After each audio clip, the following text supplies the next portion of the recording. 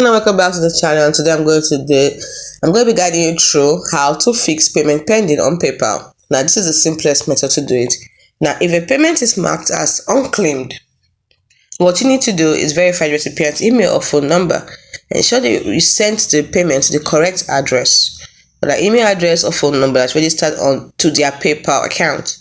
Next, the recipient must log into their PayPal account and accept the payment. If you don't have any account links to that email or phone number, they will need to create one. Now you can cancel the payment if it's unclaimed. On the web, simply go to your activity, find the pending payment and click cancel. Follow the instructions. Then on the app, tap wallet, then tap on activity and find the payment, tap to open it and then tap cancel. If the payment is pending for other reasons and not unclaimed, you generally need to wait.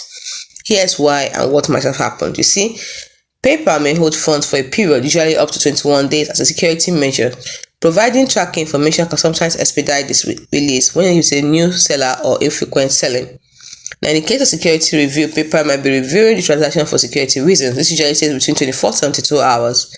Then, in the case of e-check, if you paid using an e-check that is linked to bank account, it can take 3 to 5 business days or longer, excluding weekends and holidays, to clear it.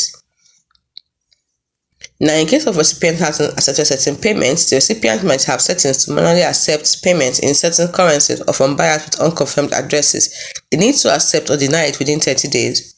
Then there could be technical issues occasionally on PayPal's end. So it's as simple as that. If the payment is unclaimed, either the recipient needs to take action or you can cancel it. Now, for other pending statuses, patience is usually required while PayPal processes the transaction or the recipient takes necessary steps. You often cannot manually speed up this process. Hope you found this video and instructions helpful.